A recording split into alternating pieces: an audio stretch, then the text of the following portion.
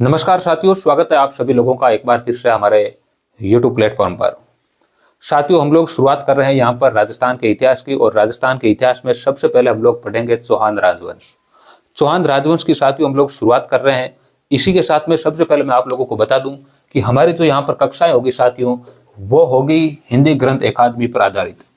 एक हमारा यहाँ पर विशेष हिंदी ग्रंथ अकादमी और इसके साथ में NCERT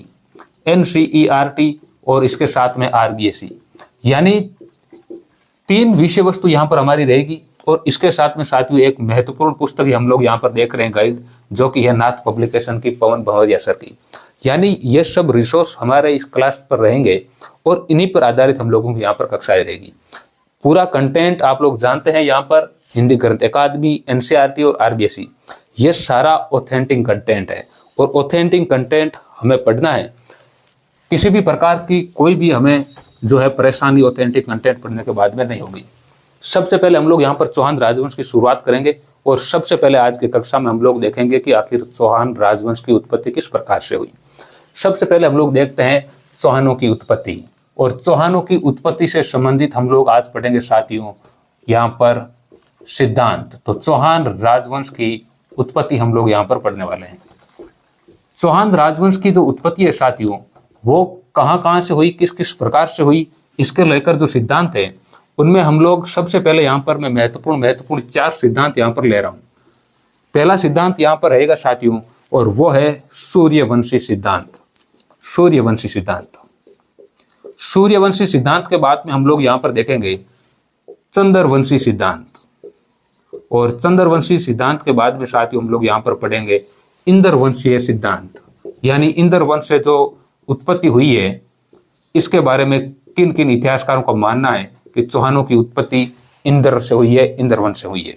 और इसके बाद में एक सबसे महत्वपूर्ण और सबसे प्रसिद्ध जो सिद्धांत है साथियों, वो है आप लोग जानते हैं अग्निकुंड सिद्धांत। पृथ्वीराज ये अग्निकुंड सिद्धांत। तो यहाँ पर हम लोग जानते हैं अग्निकुंड सिद्धांत पृथ्वीराज रासो में चंद्रवर्धन ने दिया। इसकी भी हम लोग यहाँ पर डिटेल में बात करेंगे। इसके अलावा भी बहुत से सिद्धांत हैं, उन सभी सिद्धांतों को हम लोग पढ़ने वाले हैं। सबसे पहले आप लोग देखिए, यहाँ पर एक सिद्धांत है और वो सिद्धांत है सूर्यवंशी सिद्धांत। सूर्यवंशी सिद्धांत देने वाला साथियों यहाँ पर इतिहासकार है GH ओझा, यानी कि गौरीशंकर हीराचंद ओझा। और गौरीशंकर हीराचंद ओझा ने साथियों एक अपनी पुस्तक लिखी, राजपूताने का प्राचीन इतिहास। और राजपूताने का प्राचीन इतिहास जो साथियों पुस्तक लिखी, इस पुस्तक के अंदर राजपूताने का प्राचीन इतिहास पुस्तक के अंदर ये सिद्धांत देते हुए कहा कि चौहानों की जो उत्पत्ति है साथियों, वो कहाँ से हुई है, वो यहाँ पर इंद्र सूर्य से हुई है। तो यहाँ पर सूर्यवंशी सिद्धांत हम लोगों को ध्यान रखना है। इसके बाद में चंद्रवंशी सिद्धांत साथियों 2 अभिलेखों में यहाँ पर जानकारी मिलती है। एक है आपका हांसी अभिलेख, और इसके साथ में साथियों एक यहाँ पर रहेगा अबू का अचलेश्वर शिलालेख।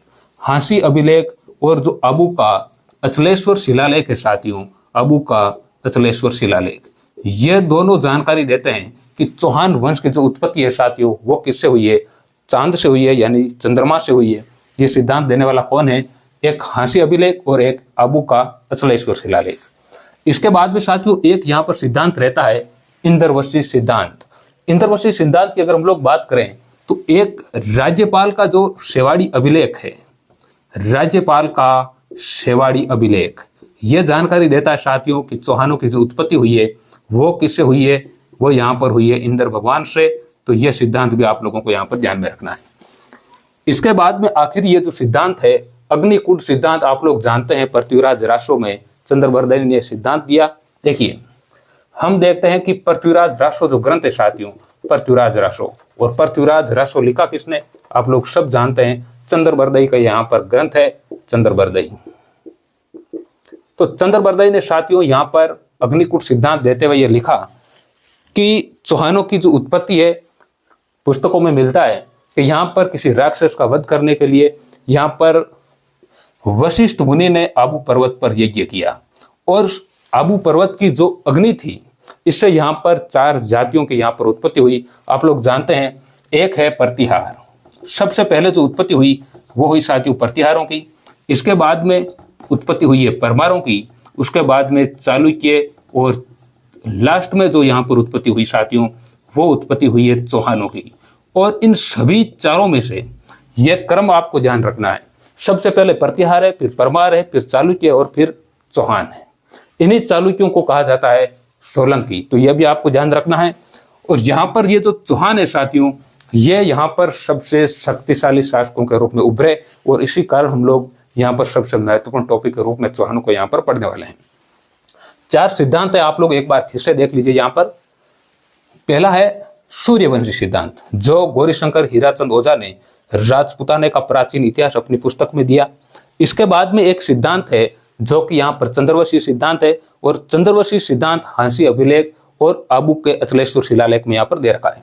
इसके बाद में इंद्रवंशी सिद्धांत है जो राज्यपाल के सेवाड़ी अभिलेख में है, और इन सब के बाद में सबसे महत्वपूर्ण है अग्निकुंड सिद्धांत साथियों, जो कि चंद्रबरदई ने अपनी पुस्तक में दिया। कौन सी पुस्तक? पृथ्वीराज रासो, आप लोग जानते हैं।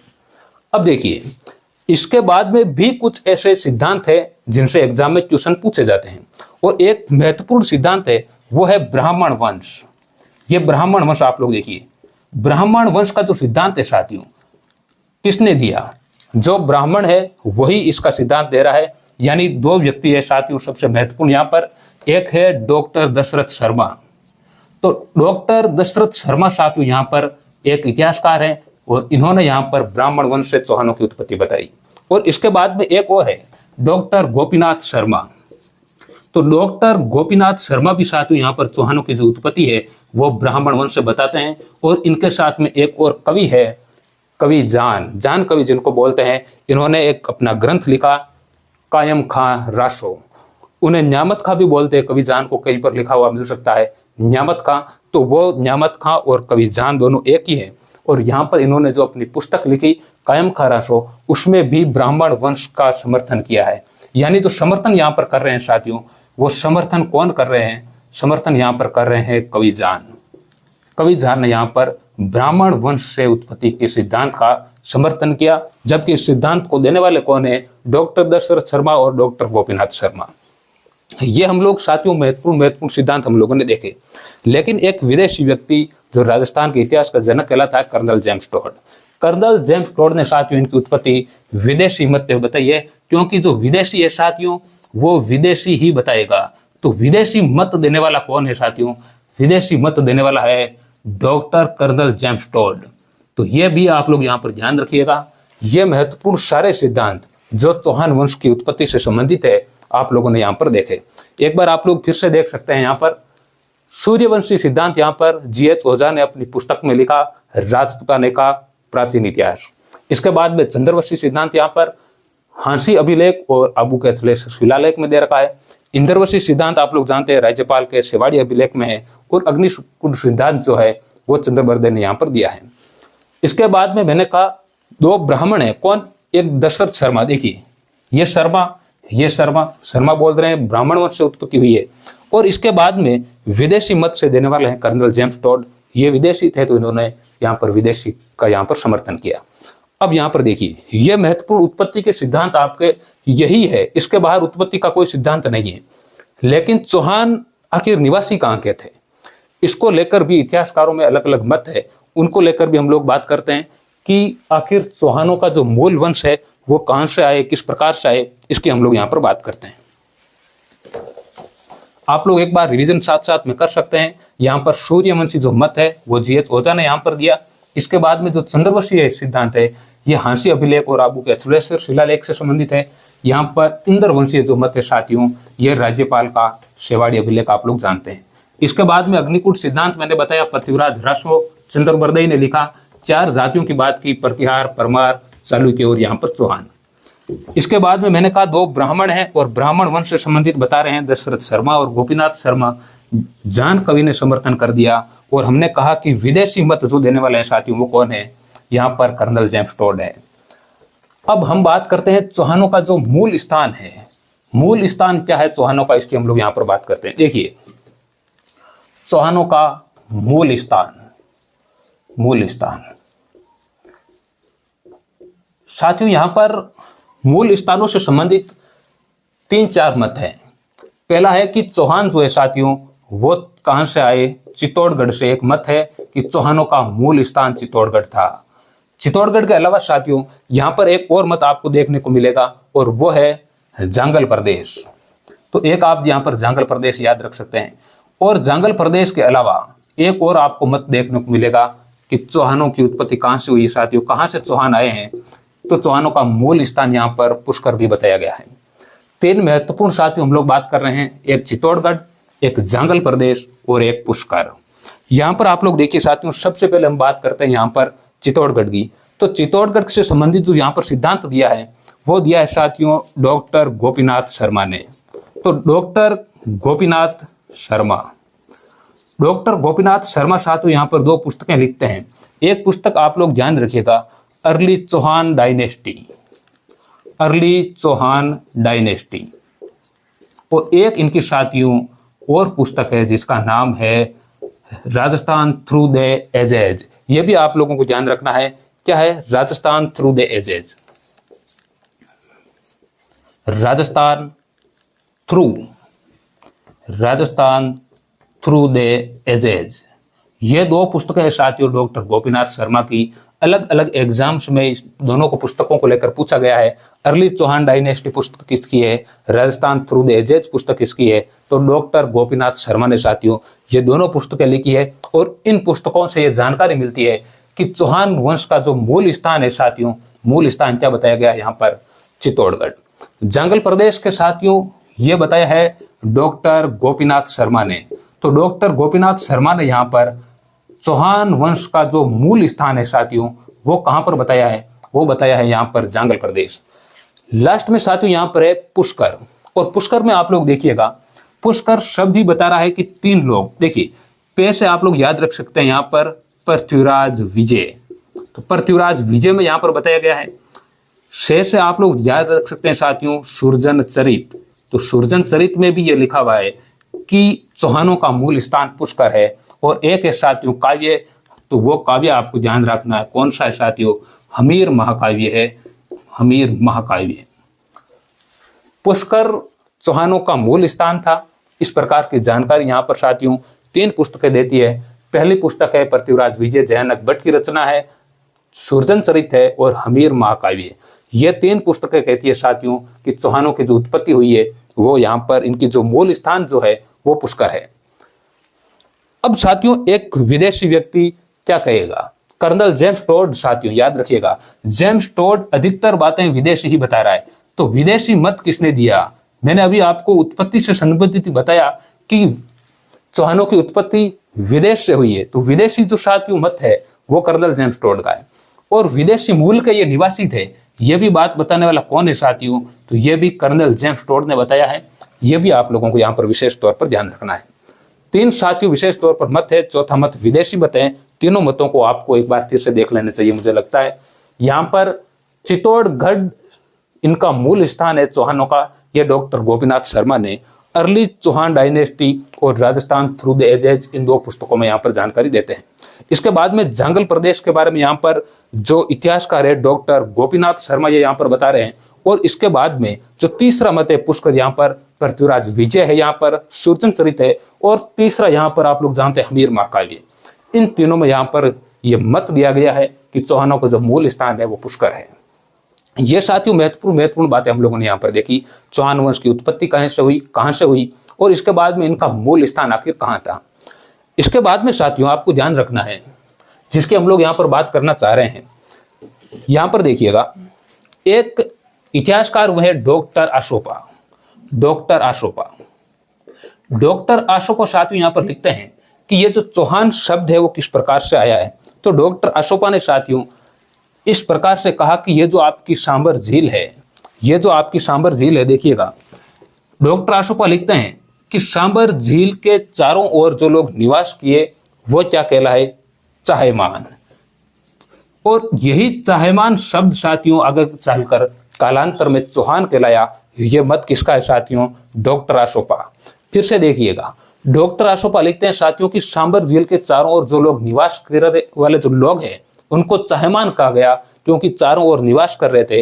और यही शब्द कालांतर में चाहेमान करते हुए चौहान शब्द हो गया, और इसी प्रकार ये चौहान नाम यहाँ से आया है।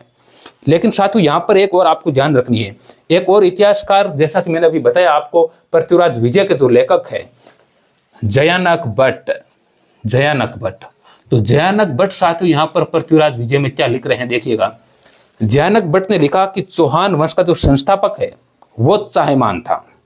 यानी कि चाहेमान, जो चौहान जो आप लोग देख रहे हैं, ये चाहेमान नाम का जो व्यक्ति है वो क्या था, यहाँ पर ये कह रहे हैं चाहेमान का, ये बोल रहे हैं कि ये चौहान वंश का संस्थापक था। और चाहेमान शब्द का अर्थ क्या है, इन्होंने चाहेमान शब्द का अर्थ बताया है साथियों यहाँ पर। चाहेमान, चाहेमान का इन्होंने अर्थ बताया। चा से इन्होंने कहा चाप, चा से इन्होंने कहा चाप, हे से इन्होंने कहा हरि, और मे से इन्होंने कहा मान, और ने से इन्होंने कहा नीति। यानी साथियों चाप यानी धनुष, जो धनुष विद्या में निपुण हो, हरि यानी जिसमें भगवान का अंश हो, और इसके बाद में मान, नीति, नीति यानी जो नीति निर्माता हो, जो राजनीति का ज्ञाता हो। इन सब कलाओं में जो पारंगत हुआ वो व्यक्ति था चाहेमान। और चौहान, चाहेमान शब्द से धीरे धीरे अपभ्रंश हुआ और शब्द आ गया चौहान। तो कुल मिलाकर साथियों यहाँ पर जो मत है, दो मत महत्वपूर्ण आप लोग ध्यान रखिएगा। डॉक्टर आशोपा ने सांबर झील के चारों ओर निवास करने का कारण इनको चाहेमान कहा है, जबकि जयानक भट्ट चाहेमान को चौहान वंश का संस्थापक मानते हैं। आप लोग आगे पढ़ेंगे कि चौहान वंश का जो संस्थापक है वो वासुदेव चौहान है। और ये जानकारी हमें कौन देता है साथियों, ये जानकारी हमें बिजोलिया शिलालेख देता है। आप लोग जानते हैं बिजोलिया शिलालेख 1170 ईस्वी का है, जो कि सोमेश्वर चौहान के काल का है। और जैन श्रावक लोलाक ने इसकी रचना करवाई थी सोमेश्वर चौहान के काल में 1170 ईस्वी में। लेकिन हमें ये तमाम बातें महत्वपूर्ण हम लोगों ने देखी। और एक बात हम लोगों ने यहाँ पर मिस की है, जो मैं आप लोग फिर से बता देता हूँ यहाँ पर, जो कि चौहान वंश की उत्पत्ति से संबंधित है और बहुत महत्वपूर्ण है। हमने अभी ये कहा कि चौहान वंश जो है, इस चौहान वंश को ब्राह्मण वंशीय मत हम लोगों ने देखा, ब्राह्मण वंशीय। तो ब्राह्मण वंश में मैंने कहा एक डॉक्टर गोपीनाथ शर्मा है, दशरथ शर्मा है, और यहाँ पर जान कवि ने इसका समर्थन किया है। लेकिन साथियों आपसे अगर पूछे वत्स गोत्रीय ब्राह्मण, आपसे अगर पूछे वत्स गोत्रीय ब्राह्मण साथियों, तो वत्स गोत्रीय ब्राह्मण अगर आप लोगों से पूछे, ये भी एग्जाम में क्वेश्चन पूछा गया है, तो वत्स गोत्रीय ब्राह्मणों से चौहानों की उत्पत्ति का जो सिद्धांत है साथियों, वो किसने दिया, वो दिया गया साथियों बिजोलिया शिलालेख में। अभी मैंने आप लोगों को बताया बिजोलिया शिलालेख जो साथियों आप लोग जानते हैं 1170 ईस्वी का है।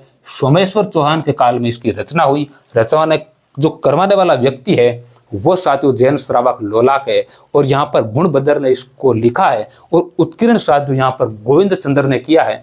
ये तमाम बातें हम लोगों ने चौहान वंश की उत्पत्ति से संबंधित देखी। हमने देखा चौहान कहाँ से आए, चौहान शब्द किस प्रकार से आया, ये तमाम बातें हम लोगों ने देखी। यहाँ पर साथियों जो भी तमाम बातें हैं, इनके नोट्स आपको टेलीग्राम चैनल पर मिल जाएंगे। कोई स्क्रीनशॉट वगैरह लेना की आपको यहाँ पर दिक्कत नहीं होगी। नोट्स जो भी मैं पढ़ा रहा हूँ, इनके नोट्स आपको प्रतिदिन, जैसे ये क्लास आप लोग देखेंगे, आपको टेलीग्राम ग्रुप पर हमारी जो नोट्स है वो नोट्स आप लोगों को टेलीग्राम चैनल पर मिल जाएंगे। वहाँ से आप उसको डाउनलोड कर सकते हैं, प्रिंट निकलवाना चाहे तो निकलवा सकते हैं। अदरवाइज आप नोट्स बनाए तो सबसे बेहतरीन है। क्लास देखकर नोट्सों को देखें और उनके नोट्स बना लें, सबसे बेहतरीन तरीका यह है। आज हम लोगों ने चौहानों की भूमिका साथियों रखी है। कल हम लोग बात करेंगे वासुदेव चौहान और उनके आगे के शासकों की, कि किस प्रकार से अजमेर और सांबर यहाँ सपादलक क्षेत्र में जो चौहानों का शासन हुआ वो किस प्रकार से हुआ। तब तक के लिए धन्यवाद, शुक्रिया।